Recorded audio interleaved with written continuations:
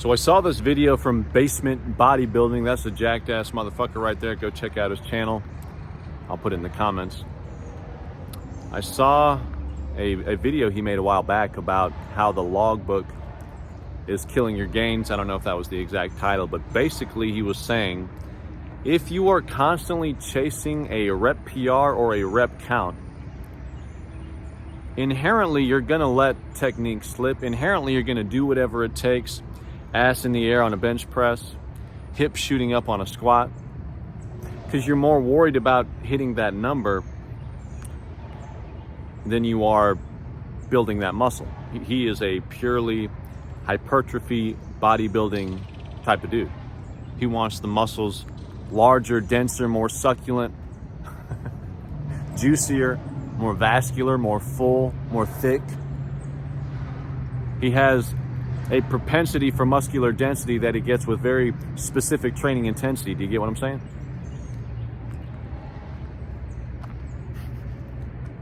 And I love that. I love that. I've mostly trained in the same way with the same intentions myself. And I think he makes a great point that if you're chasing a 10 rep max and your technique is going out the shitter on like rep 6, but you're more worried about getting your 10 than you are hurting yourself or hitting the target muscle, might be leaving some gains on the table, might be reinforcing some bad habits, might be building less muscle, might be hurting yourself eventually, right? All negatives. So I get the thought process, but at the same time, can we also just say, don't be a dipshit? Can we just say that? Can we say, make your technique pretty and chase reps, rep goals? Can we say that? Can we say, okay, on this pause dip, we're looking for a rounded upper back. We're looking for knees up to really bias the pecs. Bring that chin and nose down to the bar. Massive compression, massive downward protraction at the top to flex the hell out of your chest. Can we say do that to the very best of your ability on every single rep and go for 10? Can we just do both? Why does it always have to be one or the other in this lifting game? Why does it always have to be some psycho intensity guy, Branch Warren, like swinging fucking weights? Or I'm not saying the basement guys like this, but or some like nerdy dude with cyborg technique that would never strain, that would never push himself too hard. Why does it have to be one or the other? And do both of those people have something to learn from each other? Absolutely. Absolutely. So that's kind of my whole thing is, why not do both? Why not do both? Other than some fatigue, which, damn, I'm tired. I'm fatigued out on hearing about some fucking fatigue. I have fatigue.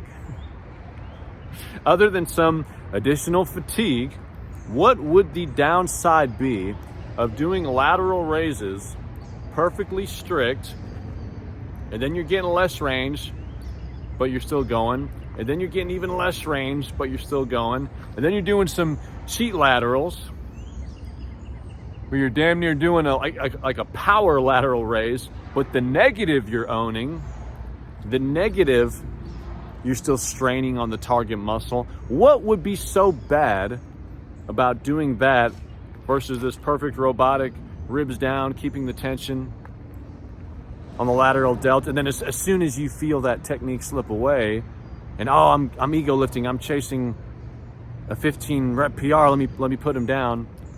I'd much rather get as many as I can strict, and then get some with less range of motion, and then get some with some body English.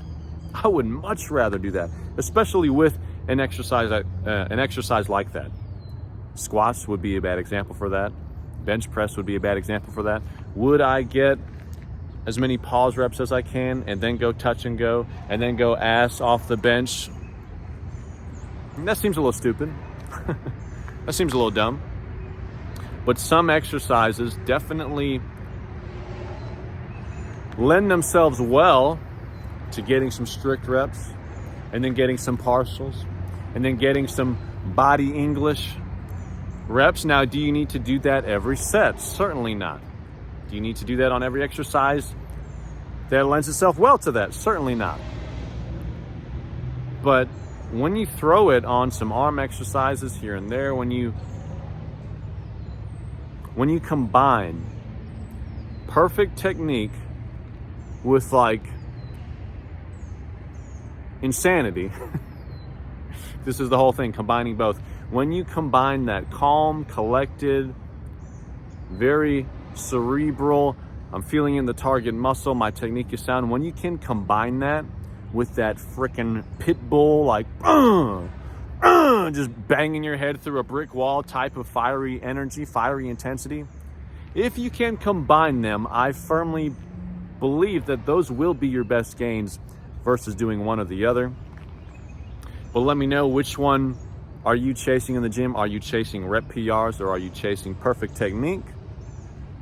Is the logbook your number one focus, or is feeling it in the target muscle, soreness in that target muscle the next day, so on and so forth, more bodybuilding type of metrics? Is that more where your focus is?